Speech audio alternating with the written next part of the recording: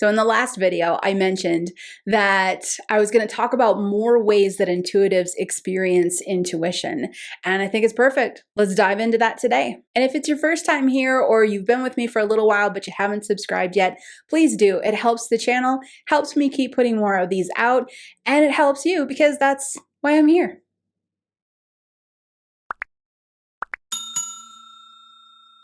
Every now and then in these sessions, I'll mention different ways that I've seen different people use their intuition.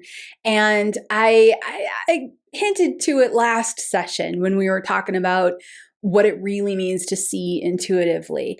So here we go. Let's jump into it. Why not? I'm going to do my best to think through a lot of different examples. Now, I'm pulling from a pool of students who I have worked with. I've been teaching since somewhere around 2007, 2008. I didn't really mark my calendar, but it was right around that time period.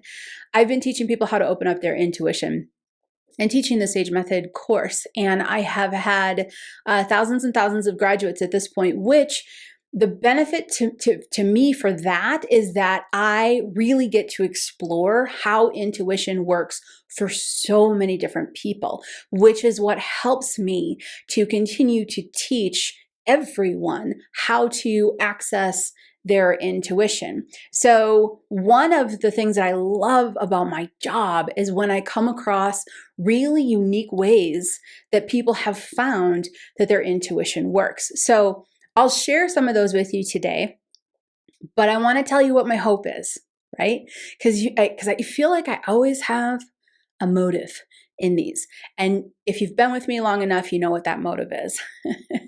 I really want you to try your intuition. I really want you to either start working with your intuition, or if you already working with it, I want you to take it to the next level because it really is limitless. The possibilities are completely open-ended. And the biggest reason why I do this is the number one side effect to opening up your intuition is your life improving, drastically improving. This is the other thing that I have witnessed, not only for myself, because for yourself, you can be like, this is what happened for me and it was wonderful and that's great. But I've been able to witness people turning their life around, finally heading in the direction they want to head in, living healthier, happier, mentally, emotionally, physically, because of opening up their intuition. Okay, I could go on and on about that.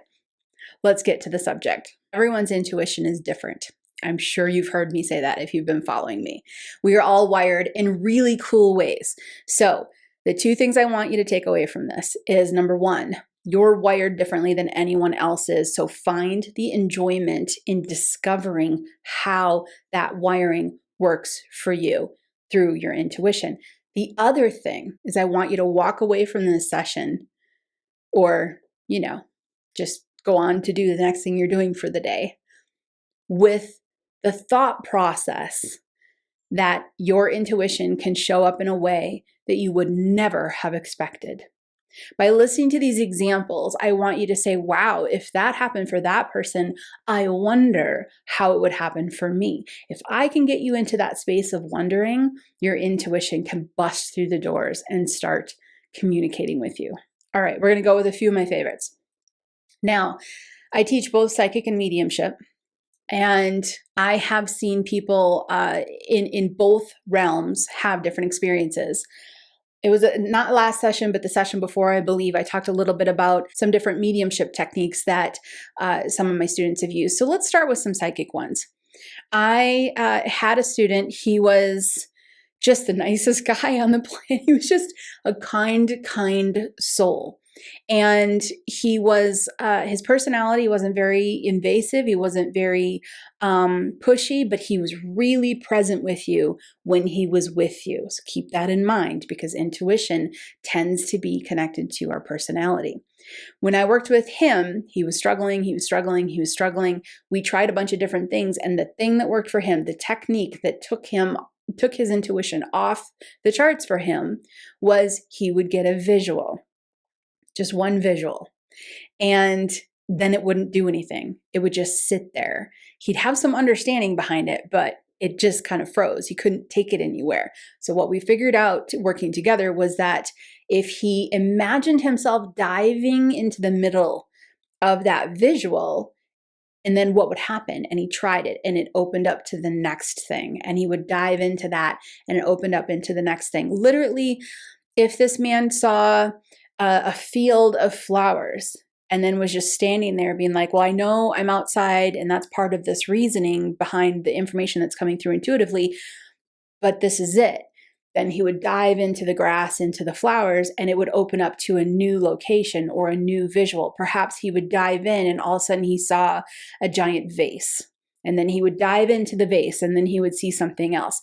He realized as an intuitive, when information started coming through, he just needed to keep diving into the center of that piece of information that he got. So that worked for him. I'm going to go out on a limb and guess that it worked for him because, like I said, when he communicates with you and just talks to you in day-to-day life, he's very present. He is right there, centered on the center of the conversation and really focused in on what's happening in front of him. So that dive, that worked for him. That's one technique. Here's another one of my favorites. Wonderful, wonderful young lady who came through my course, and we were getting kind of to the middle of the course and she was trying to play around with the different ways of seeing. And this is why I say it's so important to experiment with different settings and different, well, I'll try it this way, try it that way, try it this way, try it that way. And it wasn't even a suggestion. She stumbled on this one herself. She just said, I'm going to relax and let it display the way it wants to display.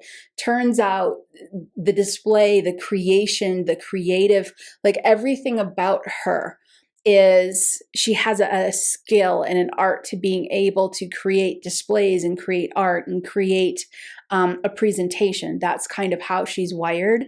So she said, she kind of held herself. It's not even that she said it out loud, but she held herself in a space of, I'm going to let it display. And she creatively came up with the idea of a display box. Do you remember dioramas? Do you remember being like in third grade and you brought in a big old shoebox and then you created like a scene inside the shoebox? That's what happened for her.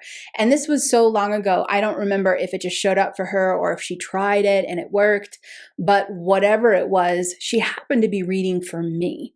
And now if she went from, kind of some vague images and vague feelings and vague understandings, and she was like, it's there, but it's not there. And I witnessed her create this diorama. So she used her imagination to create the box that her intuition was going to present in. I'll say that again. She used her imagination to create the box, the display that her intuition was free to, unleash within. And that's exactly what happened. She said, I think I'm looking at your wedding. And I was like, this is great because my wedding was unusual. So it's not going to be standard. And she nailed it. She knew how many people were there, which weren't a lot. She knew about the dinner plating and the dessert plating. And she knew a couple other things. And I can't remember exactly what it was. But I mean, I had gotten married to, my previous husband and like Disney World, right? With only 20 people. And it was very unique. And she nailed it. She got a feeling for who was there, how many people were there, and what was going on. So she was a fantastic example. And I've used that example for many, many years now because it's a fantastic example of when you set up your intuition for success, meaning you set the stage for it, you step back for it, you step into it. When you finally figure out how you hold yourself and your own unique personal wiring, your intuition will triple and quadruple. It'll be like, oh, good, this works for me. So think of yourself and your intuition as on a team. Your intuition just needs you to be in the right space. So what's your job? To figure out what that space is to be in. Okay, let's think of a couple more. Movement. This is a good one. I haven't met a lot of intuitives that need to physically move when they read. because it's a very small percentage, but the ones that do, once they figure that out, is gold. It just opens up that intuitive channel. And so I'm going to say this one kind of more in general because I want you to try it. Maybe it'll work for you. I know I've met intuitives who it works best when they're pacing, walking and pacing. I've met intuitives who they rock, right? And I've met many intuitives where intuition comes through much more clearly when they're fidgeting. I'm one of them. I need to fidget with something.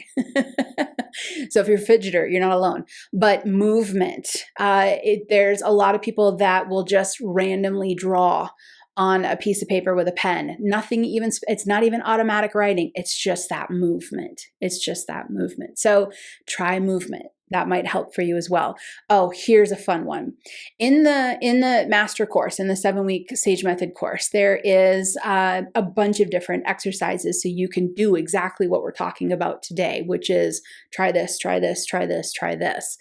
And it's that experimenting with how you're wired that really shows you how to use your intuition. And one of the experiments is you take a bunch of cards and you write different things on them, and then you put them into a bowl.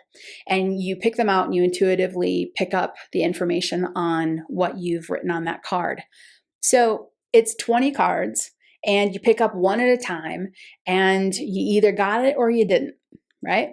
So students are always, I love the buzz in that week because they're like, I got like 7 out of 20. What'd you get? And someone's like, I got like 12 out of 20. Wow, what a great day. And so it's kind of fun. You just keep repeating this exercise in different situations. So one of my students was struggling, and then reached out to me. She says, you're not gonna believe this. And I'm almost a little bit embarrassed to tell you how it finally worked for me. But she got like 20 out of 20. There's a reason for that. She held herself in a particular position that was really interesting. It happened to be in the bathtub. At the end of the night, she would take a nice relaxing Epsom salt bath and just chill. And one night, randomly, she decided to bring the bowl of cards into the tub with her. She's like, why not? I've tried everything else. I've tried so many different things. Why not? I'll bring the bowl into the tub. And she got 20. 20 out of 20. 20 out of 20. If that's not your intuition saying, please, this is it. Please, please, please, you're wired to be in water. Please be in water. I don't know what is. And I know that she did readings. I don't know if she's still doing them or not, but I know she did readings, and she would have a bowl of water that she would sometimes put her hand into on her desk because literally connecting with water for her opened up her intuitive channel. So a couple things there. I hope you're starting to see, get out of the box. Get out of the box. Make note of if your intuition speaks up randomly at a moment that you never expected it to. Pay attention. What was going on? What time of day was it? What were you doing? What are the elements around? Are you inside? Are you outside? Are you with people? Are you alone? Start paying attention, because these are going to be hints and signals to how you need to hold yourself intuitively when you want to access your intuition on demand. The other key to this is, if you heard me talk about the bathtub reader, she was frustrated. She was frustrated because she had tried so many different things. Please don't give up. Please don't give up. Some people are going to stumble on it right away. Some people are going to pay attention and they're going to be like, oh, I feel like I get intuition when I'm in this situation or when I do things this way. But others are going to be really focused on trying. And it might take a little bit. Just hang in there. Okay, let me think of a few more. This is a good one. I had a student who was, I'm trying to find the best way to explain this. She was very visual. So she did get very strong visuals, but she was visual. Some of us are very visual. Some of us, like myself, our visuals aren't very strong, but it's the understanding that happens behind them. So it doesn't matter. Check out the video on how you see intuitively in the clairvoyant video. I think it's going to be really helpful for you if you're struggling with seeing visually. But she was very visual, and she was like, a scene would set up, right? A landscape would set up, and she would look out amongst the landscape, and she was looking straight ahead, and she found herself having the landscape would show up, right? So maybe like a city street would show up and she'd be like, oh, something showed up. Great. Because that's intuition when it shows up, not when you create it, but when it shows up. And she's, okay, great. I'm on a city street. I'm just coming up with an example of how she flows. And she would look down the street. She would look down the visual. She would scan around the visual and she kept seeing nothing, just this. So she's like, a scene shows up, but it doesn't go anywhere. Very much like the first guy. Something showed up, but it wouldn't go anywhere. And one moment, she just instinctively looked up. And what happened was things started to drop down from the sky. Now, again, this is visual intuition. So visually, a scene shows up in front of her. She was scanning the scene straight ahead of her. Nothing was happening. At one moment, she just said, well, I'm going to look up. And maybe she was looking, I don't even remember why she looked up. She did. She tried it. She looked up, and the second she did, something came floating down in front of her.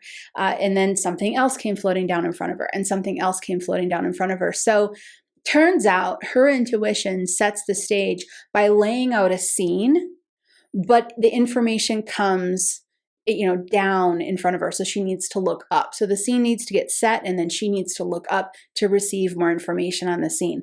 That one was really creative. I loved that one. There are also, so those were a few psychic ones. Here's a mediumship one. There are a lot of mediums that don't actually see the person coming through. There's a lot of mediums. Does that make them not a medium? No. Mediumship is the communication with a conscious being on the other side. So a lot of mediums that I know, they know the person they're communicating with is standing right behind them or right beside them. And it's not a eye-to-eye visual communication, but yet all the information comes through just as strong. So in mediumship, if you're trying to get eye contact with a spirit, that might not necessarily work for you. Try to open yourself up to the spirit being present anywhere around you where it's most comfortable, maybe for the spirit or maybe for your intuition to receive information. Same with people sometimes do the Akashic records, or a book will fall in front of them and they flip through the pages of a book intuitively. There's a lot of different ways that not only psychic but mediumship can unfold. So here's my advice. Play, play, play, play, and play. Try a bunch of different things. And when something gives you the inkling that it might be working, play around with that. Go a little deeper, right? Look up, dive in, create a stage. Allow them to stand anywhere in the room for you to communicate with them. We have to let go of control. We have to let go of how we think it works for everyone else, and we have to explore. So there's a few examples. I'll come back in another session and give you even more because I have a whole bunch of them. I just got to kind of go back into my memory banks and pull them out for you. This should be enough to kick you off, get you started, and get you exploring your intuition. Now, most of the examples I talked about today were about a reader getting information for someone else, but you might be wondering about how to get information for yourself. This is a good video to watch next. Click this one.